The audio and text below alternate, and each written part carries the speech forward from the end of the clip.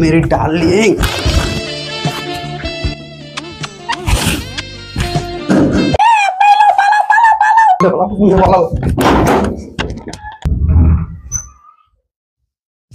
কে ছিল তোর বাড়ি? কার গায়ে কহা দাঁড়া তোর হচ্ছে।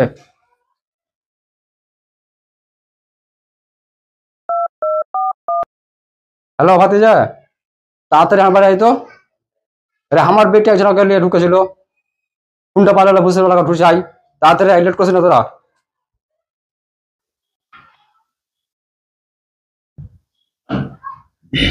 কই চাচা কই কই দেখ তো বলি যখন না পালে দেখ দেখ ওর বাতটা ভেঙে দেবো যার ধরা পড়লে। আয় ভাতিজা জললে জললে দেখতো দেখতো দেখতো কোনটা হয়। দেখ দেখ দেখ দেখছি দেখছি কই। ওরে বাবা।